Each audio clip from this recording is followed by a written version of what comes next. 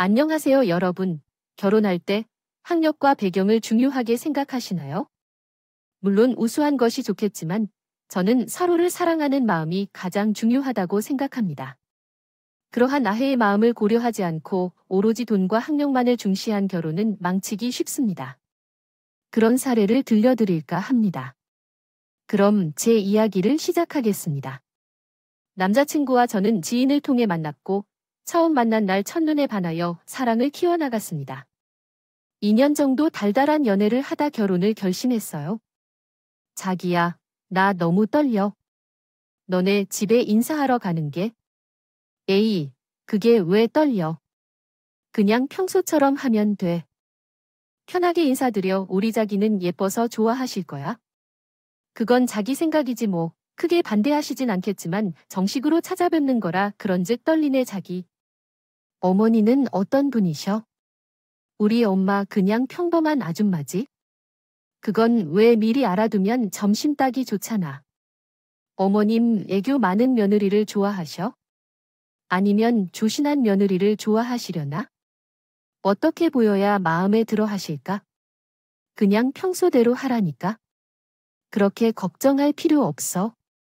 남자친구는 괜찮다며 웃어넘겼지만 저는 전혀 괜찮지 않았습니다. 아마 이 세상 모든 예비 며느리들은 저와 같은 마음이었을 거예요. 예비 시부모님을 처음 뵙는 자리니 얼마나 잘 보이고 싶고 긴장됐겠어요.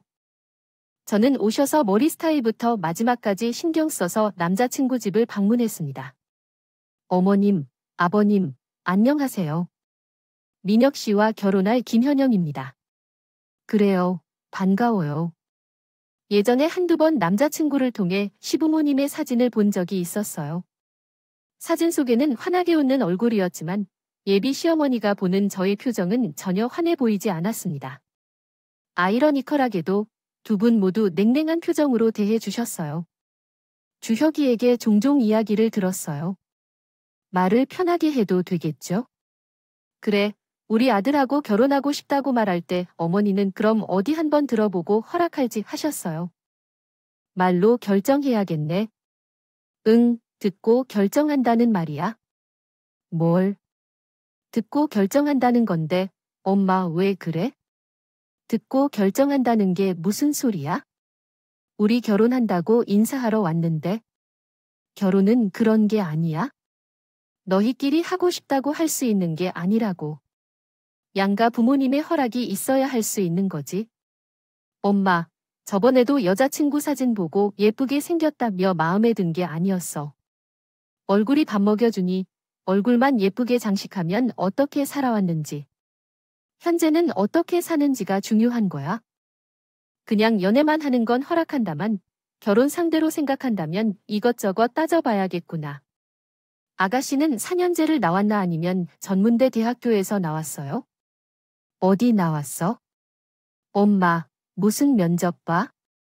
인사드리러 온 건데 대학은 뭐 하러 물어봐?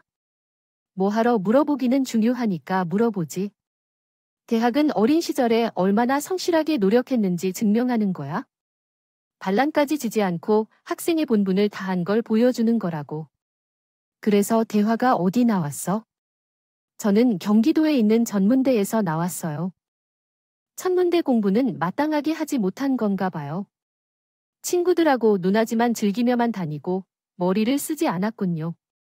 엄마 앞에서도 그게 무슨 말인지, 나는 어떻게 공부했는지. 지방에 있는 대학을 졸업했지만 나는 4년 대학을 졸업했다는 사실. 전문대와 4년제는 동일한 것이죠. 비록 지방 대학이라 해도 넌 4년 대학을 졸업했어. 남의 성적이라면 서울의 전문대 학생인 것은 전혀 부끄럽지 않아. 요즘은 대학을 선택하는 것보다 전공을 중요시 여깁니다. 지방이든 전문대든 유명한 전공이라면 인정받는 게 있죠. 그러니 아가씨는 전문대를 선택하고 동일한 전공을 졸업했네요. 네, 제 직업은 전문직이에요. 무슨 일을 하고 계세요? 병원에서 간호사로 일하고 있어요. 간호사인데 산통호라고 하지 마세요. 의사, 변호사, 교사, 천문학자가 아니며 간호사가 뭔가 특별한 것인가요, 엄마? 정말 왜 그러세요? 남자친구의 엄마는 눈살을 찌푸리며 고개를 돌렸습니다. 큰 대학병원에서 일하고 있어요. 돈도 나보다 더 잘 벌고 아니라고. 간호사라고 해서 무엇이 그리 좋다고 하는 거예요? 의사나 변호사보다 더 잘 본다고요, 아가씨? 집안은 어떤가요? 아버지와 어머니는 무슨 일을 하시나요? 집은 어느 정도 사이즈인가요? 순간적으로 남자친구의 어머니는 저희 머리부터 발끝까지 쭉 훑어봤어요. 몸에 걸친 명품이 그렇게 많지 않네요. 그냥 그런 집안인 것 같아요. 진짜 엄마, 인사드리러 온 사람한테 왜 그래요? 내가 결혼할 상대인데, 평생 너랑 결혼할 예정인데, 넌 아무도 나랑 결혼할래.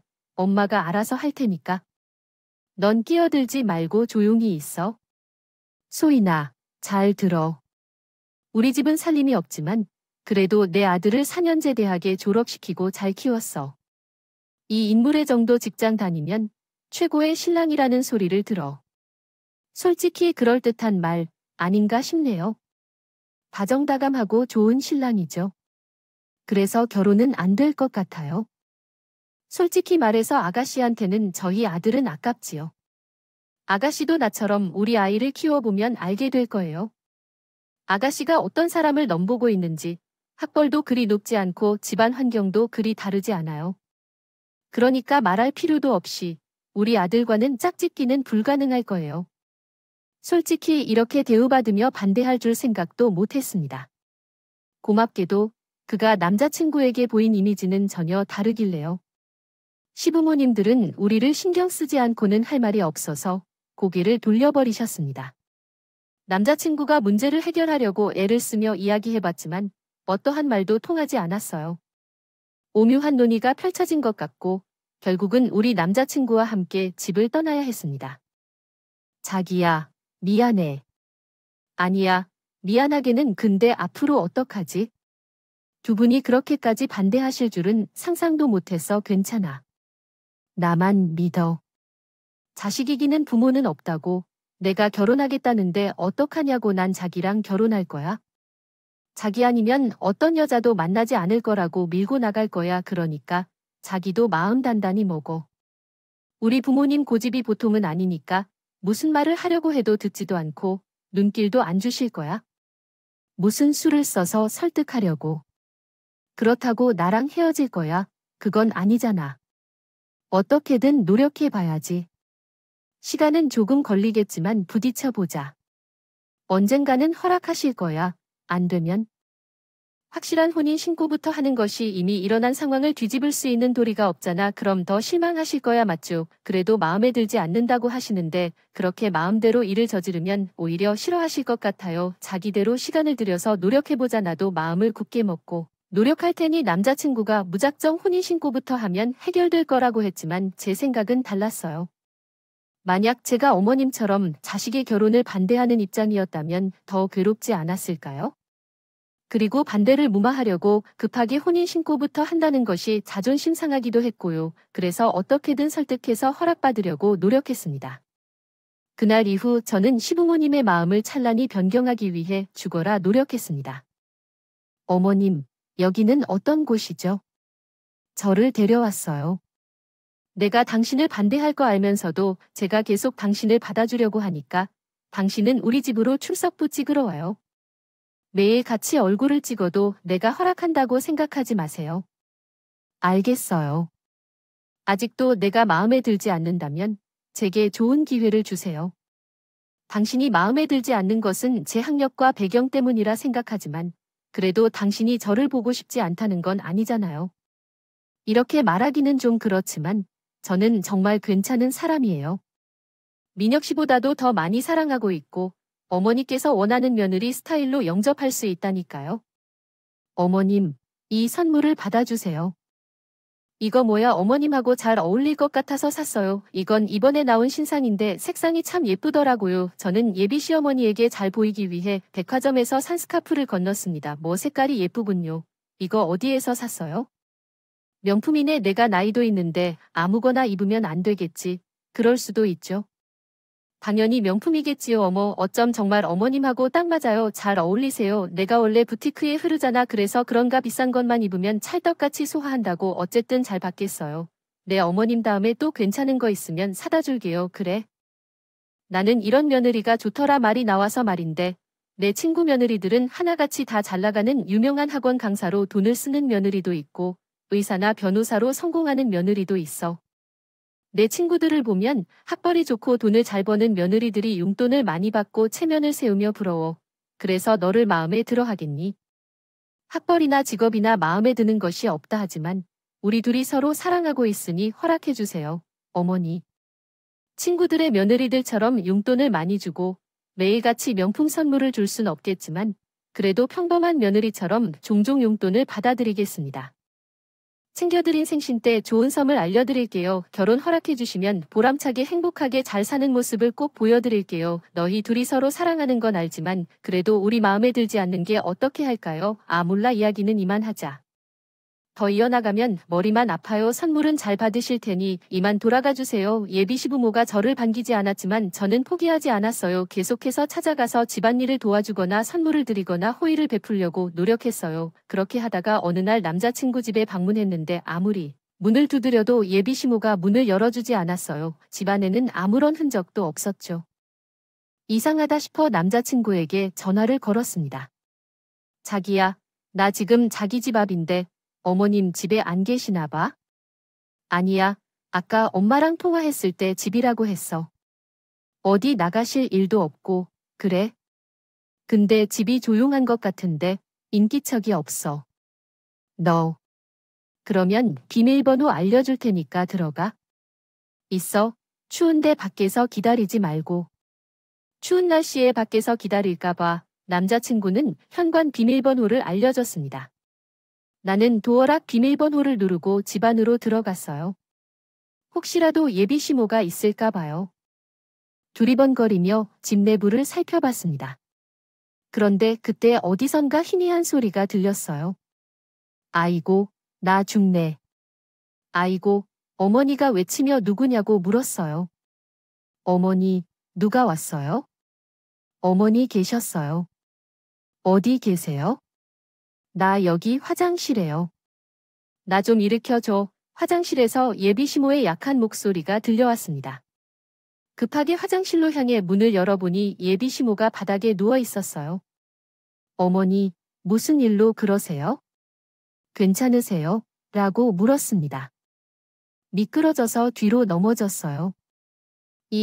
좀 이름을 부를까요? 안 돼요, 어머니. 괜히 일어나려 하시면 더 큰일 나실 수도 있어요. 우선 제가 빨리 구급차를 부를게요. 저는 서둘러 핸드폰을 꺼내서 119에 전화를 걸었어요. 그리고 구급대원을 기다리는 동안 응급처치에 들어갔습니다. 예비 시모는 뒤로 넘어지면서 머리를 부딪혔는지 피가 많이 흘러있는 상태였어요. 두개골 피부가 찢어진 것 같은데 직접적으로 압박할 수 없어서 안전하게 지혈 조치하고 구급대원을 기다렸습니다. 한 10분 정도가 지난 후에 구급대원이 도착했고 예비 시모는 병원으로 이동했어요. 제 연락받은 남자친구가 정신없이 병원으로 도착했습니다. 자기야, 이게 무슨 일이야? 엄마가 다쳤다니. 우리 엄마 어디야? 어머니 응급실 안에 계셔. 머리 살짝 찢어지셨어. 방금 꿰맸고 곧 일반 병원으로 옮기실 거야? 몇을 얼마나 다쳤길래? 이번까지 걱정하지 마. 괜찮으셔. 단지 화장실에서 넘어질 때 머리를 다쳤기 때문에 뇌출혈이나 뇌진탕 여부 확인차 며칠 입원하시는 거니까. 마침 저기 의사 선생님 오시네. 저 선생님, 저희 엄마 괜찮으신가요? 다 찍었고 결과 나오는 대로 안내 드리겠습니다. 확실한 것은 결과를 봐야 알겠지만 외관상으로는 괜찮으신 것 같아요. 특히 응급조치가 잘 되어 있었더라고요. 보호자 성함께서는 알맞게 잘 대처해 주셨어요. 만약에 시간이 더 지체되었다면 피를 많이 흘려서 위험한 상황까지 초래했겠지만 빨리 발견된 게 다행입니다. 그래도 연세가 있으시니 주로 전화신을 더 켜봐야 합니다. 곧 일반 병실로 옮기실 거예요. 그럼 선생님 감사합니다. 많이 놀랐어요. 의사 선생님이 괜찮을 거라고 하잖아. 그것에 대해 걱정 안 해도 돼. 추후 경과만 잘 지켜보고 그때 필요한 치료하면 아무 문제 없어. 그래, 알겠어. 참 고마워 자기야. 응, 뭐가 자기 아니었으니 우리 엄마. 잘 못 됐을 수도 있어 마침 그때. 자기가 우리 집에 가서 망언이지 아닌 것 같아. 상하기도 싫어. 남자친구는 저에게 연신 고맙다며 눈물을 글썽거렸어요. 시간이 조금 지나니 예비 시모는 일반 병실로 옮겨졌습니다. 우리는 서둘러 병실로 향했어요. 예비 시모는 머리에 붕대를 감고 있었고 남자친구를 보자마자 더 앓는 소리를 냈습니다. 엄마, 아이고, 우리 아들 엄마. 죽을 뻔했어. 구심 좀 해줘. 어쨌길래 넘어졌어? 화장실 청소하다가 뭘 쏟았는데 그걸 밟고 확 미끄러졌어. 엄마, 진짜 아들 얼굴도 못 보고 죽는 줄 알았다니까? 그런 말 하지 마. 죽기는 뭘 죽어?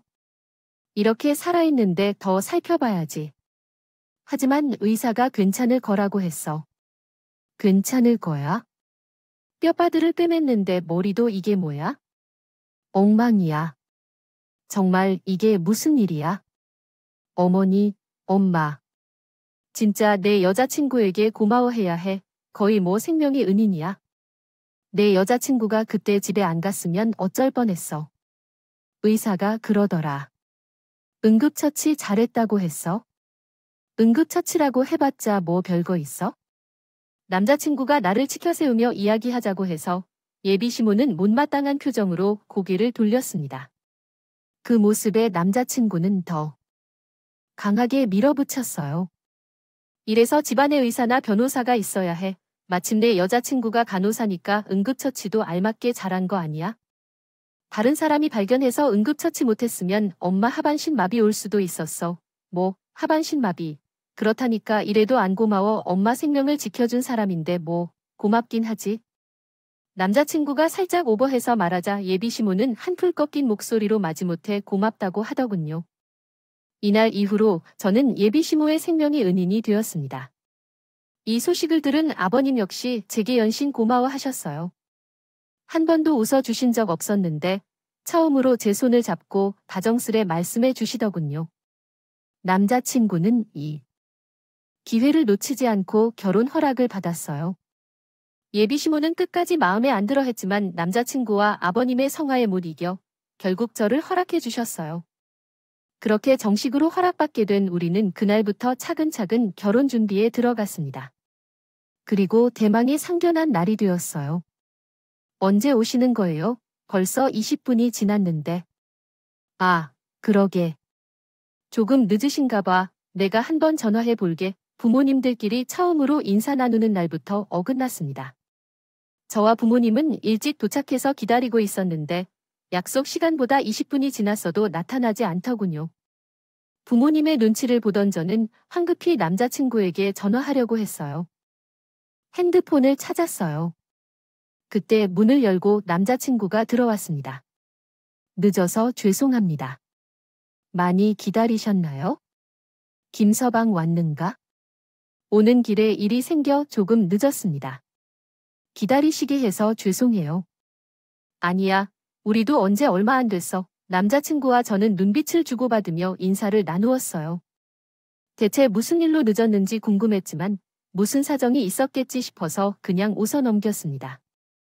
그 이후 남자친구 뒤로 예비 시부모님이 들어왔어요.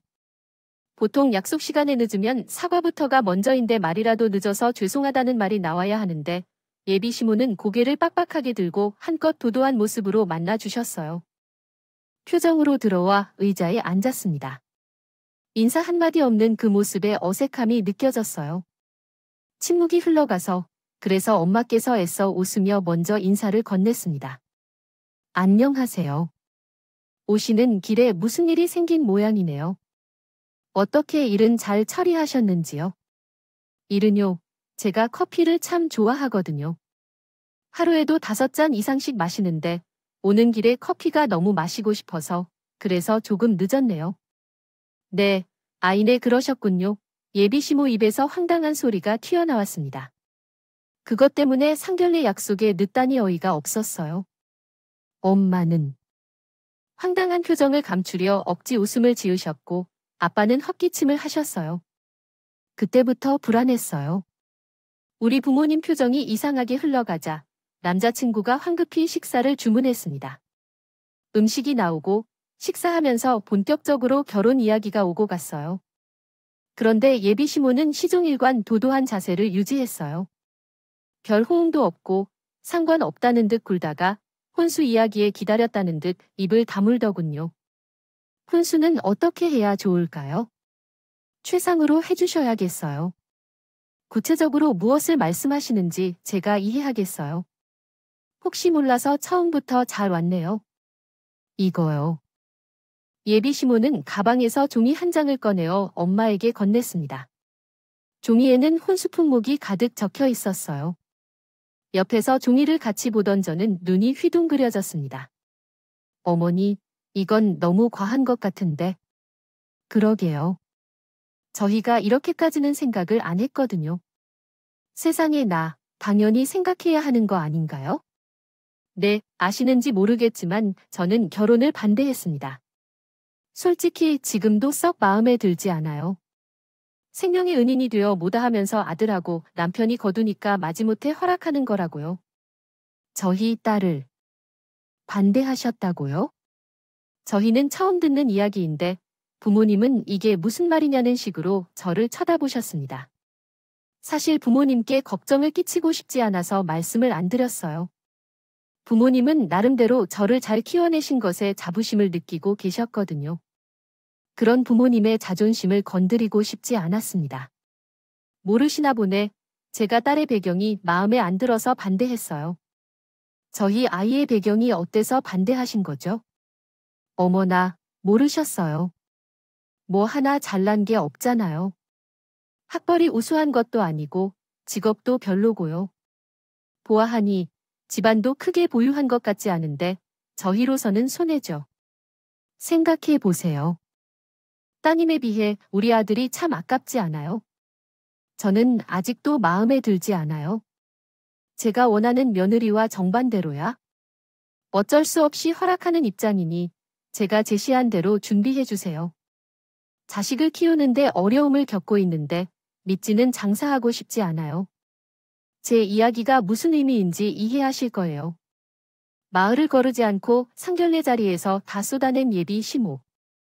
부모님 앞에서 대놓고 이야기한 상황으로 쌓은 정없이도 흘렸어요. 제가 얼굴이 새빨개지면서 어떻게 대처해야 할지 몰랐어요. 그런데 그 순간 한마디도 없이 묵묵히 있던 아버지가 화를 내며 입을 열었습니다. 지금 무엇을 하고 계십니까? 상견례에서 처음 만나는 자리에서는 할 말과 못할 말을 구분할 줄 알아야 합니다. 또, 제 딸이 어떻게 생각하시는지 마음에 들지 않으신다면 잘못된 평가를 하지 마십시오. 왜 자랑스런 딸을 평가하십니까? 제가 어떤 잘못된 말을 한 것도 없는데 왜 화내시는 건가요? 제 딸을 귀하게 키웠습니다. 본인 자식을 소중히 여기듯이 남의 자식도 소중히 여기셔야 합니다. 어떻게 우리 딸을 깎아내릴 수 있느냐고 말씀하시는 건가요? 본인은 그럴 수도 있겠지만 우리로서는 그다지 멋진 사이가 아니다. 무슨 말인가요? 이젠 다 말씀하셨습니까? 왜 우리 아들만 희화하시는 건가요? 우리 아들이 어떠하다고요? 이런 식으로 계속하셔도 아무런 좋은 결과를 얻지 못합니다. 손해를 봐도 결혼을 허락했는데 결국 결혼을 끝내겠다는 건가요?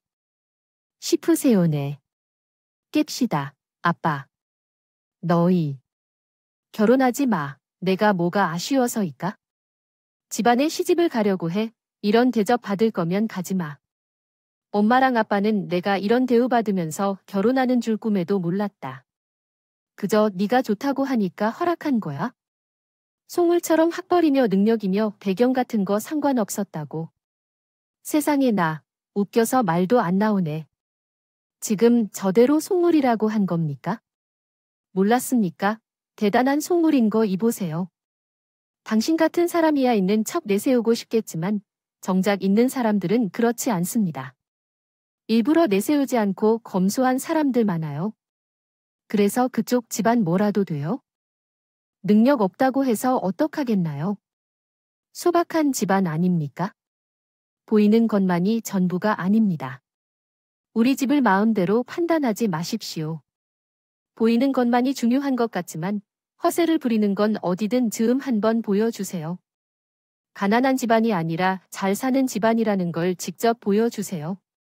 엄마, 그만해. 아버지를 우선 고려하세요. 계속 뭘 그만하라고 그만해? 너는 빠지게 우리를 무시하는 건 참아도 내 딸을 무시하는 건 결코 못 참아요. 누가 딸을 하찮게 여기고 있는지 잘 알아요. 아버지는 당당하게 주머니에서 핸드폰을 꺼냈습니다. 그리고 어디론가 전화를 걸었죠.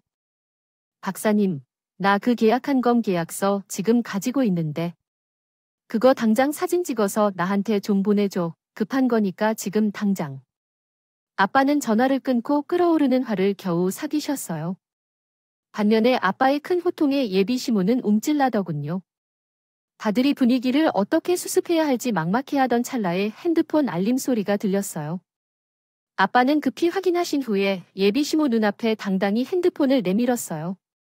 자, 봐요. 내가 누군지 이게 뭐냐? 뭐야, 이거?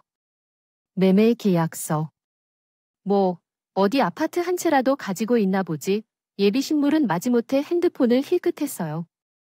쳐다보았습니다. 그리고 금세 한층 커진 눈으로 아빠의 핸드폰을 움켜쥐더니 살펴보더라고요. 이게 뭐야? 이거 건물 계약서 아니야? 잠깐만. 계약자 김성범. 그럼 혹시 내 접니다. 그 건물 주인이 저예요. 이래도 우리가 못 사는 집 아닙니까? 어디 한번 말해봐요. 눈앞에 준 거 보여줬으니 다시 한번 우리 딸 깎아내려 보라고. 세상에, 이게 무슨 일이야? 아니, 너는 왜 이걸 진작 말하지 않았어? 그랬으면 내가 널 반대했겠니? 그걸 꼭 말씀드려야 하나요? 아빠가 건물을 소유하고 계시는 것과 제 결혼은 별개예요. 아빠가 고생해서 이런 건물이지 제 것이 아니니까요. 사실 우리 아빠는 찢어지게 가난한 현실을 이겨내기 위해 젊은 시절부터 노력하신 분이에요. 그래서 본인의 힘으로 건물주가 되셨습니다. 물론 그 과정에서 엄마의 희생도 있었죠. 제 어린 시절은 늘 고생하던 부모님의 모습만 가득합니다.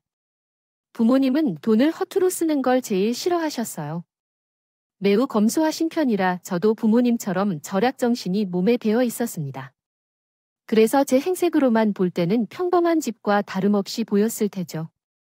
아빠가 건물주라는 걸 왜 진작 말하지 않았느냐고요? 물론 잠시 고민도 해봤습니다. 하지만 건물주라는 걸 이용해서 허락받고 싶지 않았어요. 순전히 제 자체로 인정받고 싶었어요. 무엇보다도 부모님께서 고생하시며 일해온 건물에 대한 욕심이 없었고 제 것이 아니라는 생각 때문에 말하지 않았어요. 심지어 남자친구에게도 왜 나에게 아무 말도 안 하지? 나중에 부모님이 돌아가시면 그 건물이 누구에게 갈 거니? 라고 했어요. 내가 물려받을 거 아니고 그럼 당연히 너야 라고 답변했죠. 이건 당연하지. 아직 우리 부모님은 살아 계세요. 벌써 미래를 생각하고 싶지 않아요. 부모님이 고생하셨다는 말은 확실히 제게 전해집니다. 꼭 물려주어야 하는 필요성은 없다고 생각해요. 사회적인 환불이든 물려줄지든 그 결정은 부모님들의 것입니다. 어떤 부모가 자식에게 물려주지 않고 사회로 돌아가겠어요? 그래, 자기야. 아버님 앞에 건물이 있었다면 나에게 진작 말했어야지. 그럼 이렇게 고생해서 허락받지 않아도 되는 거잖아. 그뿐이야. 나중에 장인어른이 물려주신 재산으로 뭘 하면 좋을지 미리 계획도 세울 수 있는데 엄마는 뭐 해? 어서 사과드리지 않고 그래, 내 정신 좀 봐, 차돈. 서로 간의 오해가 있었네요. 제가 사돈을 몰라 뵙고 큰 실수를 저질렀어요. 이걸 어떻게 수습하면 좋을지 정말 죄송합니다. 돈 앞에 장사 없다고 아까는 그렇게 아빠를 무시하더니 순식간에 태도를 바꾸더군요. 시모는 두 손을 공손히 모으고 고개를 숙이며 아빠에게 사과했습니다. 그 모습을 보고 할 말을 잃었습니다. 이래서 제가 그동안 말 안 하고 비밀로 해왔던 일이에요. 이렇게 가식적으로 굴까 봐서 그뿐이에요. 호시탐탐 아빠의 재산을 노리려 하기 때문에 영원히 비밀을 유지하고 싶었어요. 하지만 뜻밖에도 건물주란 말에 남자친구와 예비 시무가 들이닥쳐서 왔어요. 이제 와서 사과하고 뭐라고 하려고 하나요? 왜냐면 나한테 건물을 확인하라고 하니까 이제야 바람직하게 보이고 싶은가 보네요. 돈 앞에서 비굴하게 행동하고 혼란스러운 집안에 더 이상 연루되고 싶지 않아요. 그 결혼에 대해 무슨 생각을 가지고 가는지 알겠습니다. 뭐 해요? 어서 옷을 입고 나가요. 어머, 사돈, 잠시만요. 아빠가 외투를 챙겨나가려고 하는 도중에 급한 예비 시무는 급하게 앞을 가로막았습니다. 그리고 대뜸 무릎을 꿇었어요. 제가 이렇게 무릎을 꿇겠습니다. 잘못했습니다. 큰 결례를 범했어요. 쉽게 화가 풀리지 않으실 거라는데요.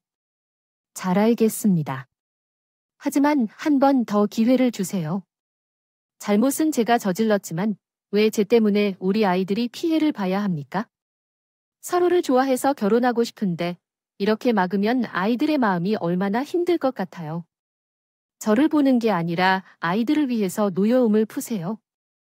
제가 왜 당신과 같은 사람과 사돈을 맺어야 합니까? 당신과 같은 사람에게 귀한 딸을 주지 않겠습니다. 그러면 이렇게 하는 게 어떠세요? 부탁합니다. 마음에 안 드시면 일절 간섭하지 않겠습니다. 시어머니 노릇 죽어도 안 할게요. 맹세할 수 있어요. 어떻게? 각서라도 쓸까요? 새아기가 원한다면 얼굴 안 보고 살아도 좋아요. 그러니 결혼은 그대로 진행할 수 있게 해주세요. 손이 발휘되도록 싹싹 빌며 애원했습니다. 아빠는 깊은 한숨을 내쉬더니 저를 보며 말씀하셨어요. 이게 내가 고른 사람의 어움이다. 그 부모의 그 자식이라고 했어. 내가 결혼하고 싶다면 어쩔 수 없겠지만 아빠는 내가 현명한 선택을 할 거라 믿는다. 아빠는 그 말을 끝으로 엄마와 함께 룸을 나가셨습니다. 저만 덩그러니 남게 되니 참 많은 생각이 들더군요. 남자친구의 엄마는 무릎을 꿇은 채로 끝까지 애원했지만 아빠는 무시하여 일관하고 자리를 떠나셨습니다. 그러자 비빌 때라고는 저밖에 없는 것 같더군요. 급히 제 손을 잡더니 아가, 우리 아들하고 결혼할 거지. 그렇지? 오늘 일은 내가 어떻게든 수습할게. 매일매일 사돈댁에 찾아가서 무릎을 꿇고 빌게. 그렇게라도 해서 용서받아낼 수 있다면 모두 나아질지도 몰라. 그러니 너는 예정대로 우리 아들하고 결혼 준비하랬다. 그럼 뭐 해? 엄마 때문에 장인어른 화 많이 나셨는데 이제 어쩔 거야? 엄마 때문에 끝까지 우리 결혼 반대하시면 어쩔 거냐고 난들 알았겠어?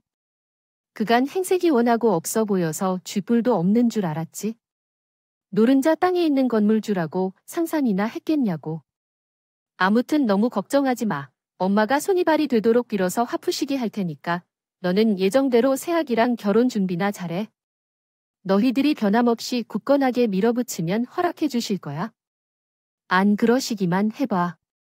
나 다시는 엄마 안 봐. 만약 이번 일로 내 결혼 깨지면 확 죽어버릴 거야. 지처지게 가난한 건 아니어도 우리 집안 뭐 내세울 거 있어. 그저 그렇게 먹고 살잖아. 나중에 장인어른이 건물 물려주시면 완전 로또 맞는 건데 그 황금 같은 기회를 왜 엄마가 박살내냐고. 그럴 일 없어. 엄마가 어떻게든 수습해보겠다고 했는데 남자친구가 이성을 잃고 소리를 지르는 모습을 처음 봤어요. 시모가 반대하고 나서도 이렇게 적극적으로 화를 내며 소리치는 일은 없었어요. 대체 돈이 뭐길래 제 앞에서 다른 얼굴을 드러내는 것인지 놀라웠습니다. 아버지의 말씀대로 정말 그 부모의 아이라는 것을 다시 한번 느낄 수 있었어요. 가장 실망스러웠던 것은 우리 결혼이 무너지는 것을 우려하는 것이 아니라 건물주인 아버지를 둔 나를 떠날지도 모른다는 공포였습니다. 자기야, 이럴 때가 아닌데. 빨리 나가서 장인과 장모님께 무릎을 꿇고 결혼 허락을 받아보자. 너와 내가 무릎을 꿇고 빌면서 화가 풀리실지도 몰라 남자친구는 내 손목을 갑자기 잡고 밖으로 끌고 나가려 했습니다. 그 순간 온몸에 소름이 돋았어요. 그래서 남자친구의 손을 뿌리쳤고 뺨을 한 번 때렸습니다. 자기야, 지금 나를 때린 거야. 그런데 엄마를 때릴 순 없잖아. 뭔가 너야? 이런 놈이었니? 난 내가 내 엄마랑은 다르다고 생각했어. 내가 널 왜 좋아했는지 알아? 적어도 돈 앞에서 무릎 꿇는 사람은 아니라고 생각해. 엄마가 돈 때문에 환장하는 사람이라도 충분히 감당할 수 있었어. 내가 사랑하는 사람은 다르니까 너도 마찬가지로 속물인 엄마와는 결코 같지 않아. 원해서 태어난 게 아니라고 생각해서 너를 원망한 적 한 번도 없어. 널 너무 사랑하니까 내 엄마가 말도 안 되는 논리로 결혼을 반대해도 이겨내려 노력했다고. 그런데 아니야. 너도 나랑 별반 다르지 않아. 자기야, 방금 말한 거 닥쳐. 어줍잖은 병명 듣고 싶지도 않으니까 내 두 개로 똑똑히 들었어. 로또를 맞은 황금 같은 기회라고. 넌 나랑 결혼이 깨질까봐 두려웠던 게 아니잖아. 건물주 아빠를 둔 나와 결혼을 못할까봐 전전긍긍했던 거지. 어떻게 이 상황에서 나보다 아빠의 재산을 먼저 생각할 수 있니? 너 때문에 그간 그 수모를 겪고 결혼하려고 한 내가 미친년이다. 아빠 말씀대로 우리 결혼 어떤 식으로 할까? 너 같은 놈한테 5만 정도 다 떨어졌어. 저는 거드비와 가방을 챙겨서 방을 나가려고 했습니다. 그러자 마지막 지푸라기라도 잡고 싶은지 이번에는 속물모자가 나란히 무릎을 꿇고 앞길을 막아서더군요. 아까부터 느낀 거지만 무릎을 꿇는 게 참 쉬운 것 같아요. 돈이라면 그깟 무릎 꿇는 것쯤이야 아무것도 아닌 것 같아요. 그래, 내 아들을 위해서라면 얼마든지 꿇을 수 있어. 세아가 내가 이렇게 필마동안 너한테 상처를 주고 무시한 것을 다 잘못한 거야? 오늘 너한테 여러 가지로 못난 모습을 보인 거 알아? 그로 인해 내가 날 우습게 생각할 것도 알아? 하지만 너도 나중에 나와 보면 알 거야. 자식에게 좋은 것만 주고 싶은 부모가 되고 싶어요. 마음은 내가 잘못한 것이 있다면 엄마가 모종게 밖에 없어. 자기야. 나도 이렇게 사과할게. 내가 순간적으로 미쳤었나 봐. 갑자기 장인어른이 건물주라니까. 나도 모르게 그만해. 솔직히 이 세상에 돈을 좋아하지 않는 사람이 어디 있어? 길을 가는 사람을 붙잡고 묻어봐. 다들 좋다고 하지다만 내가 자기보다 돈을 더 생각한 건 미안해하지만 그건 실수야. 진심이 아니라고. 내가 자기를 얼마나 사랑하는지 잘 알잖아. 나한테는 자기밖에 없어. 나는 자기랑 결혼 엎어지면 확 죽어버릴 거야. 자기, 내가 죽길 바래. 내가 죽어도 괜찮겠어. 겨우 한다는 소리가 죽는다는 거였습니다. 본인 목숨까지 협박하니 더는 참을 수 없었어요. 내가 진짜 이런 사람에게 빠져서 인생을 걸겠다고 생각했나 봐요. 그때 정신이 돌아왔어요. 얘야, 죽어라고 말하니 죽어도 좋다며 결혼하겠다고 하더라고요. 그는 자기 목숨을 하찮게 생각하고 진짜 죽고 싶다면 죽어도 된다며 내 말을 막지 않겠다고 했어요. 그래서 나중에 만일 그가 나타나면 그때는 내가 그를 죽일 거라고 말했어요. 내 차가운 말에 충격을 받은 그는 자꾸 애원하던 손이 넘치지 못했어요. 그래서 나는 즉시 그 식당 룸을 나와 부모님께 가서 울고 미안하다고 말해야 했어요. 엄마, 아빠, 죄송해요. 나 때문에 이런 일이 생겼어요. 당하게 하고 내가 정말 바보 같았어. 그 사람은 어머님과 다를 거라 생각했는데 내 잘못이야. 나 파혼하고 왔어. 그런 놈이랑 결혼하고 싶지 않아. 제 눈물의 부모님은 누구보다 가슴 아파하셨습니다. 그리고 아빠는 말없이 저를 꼭 안아주며 달래주셨어요. 내가 뭘 잘못했다고 울어? 정작 잘못한 사람들은 그 사람인데 아빠는 우리 딸이 올바르게 결정할 거라고 믿었어. 잊지 말렴. 엄마랑 아빠가 너를 얼마나 금이오게 소중하게 키웠는지. 그러니 우리 귀한 딸은 그런 시어머니 말고 온전히 널 사랑하고 예뻐해주는 시어머니 만나야 해. 알겠지? 아빠, 자식을 향한 부모의 사랑은 한도 끝도 없다고 하죠. 다시 한번 부모님의 큰 사랑을 느끼는 순간이었어요. 그날 이후로 저를 더욱 소중히 생각하게 되었습니다. 이별의 아픔은 느끼는 것이 아니라 제게 발전하고 성장할 수 있는 시간이라고 생각하며 다시 일어섰어요. 그날 이후 남자친구였던 그는 더 이상 연락하지 않았습니다. 아마 제가 어떻게 행동할지 잘 아는 그라서 알아서 포기한 것 같아요. 그래도 한때 사랑했던 사람으로서 바랬으면 좋겠어요. 허황한 욕심은 버리고 겸손한 마음으로 살았으면 좋겠네요. 그럼 지금까지 제 긴 이야기 들어주셔서 감사합니다.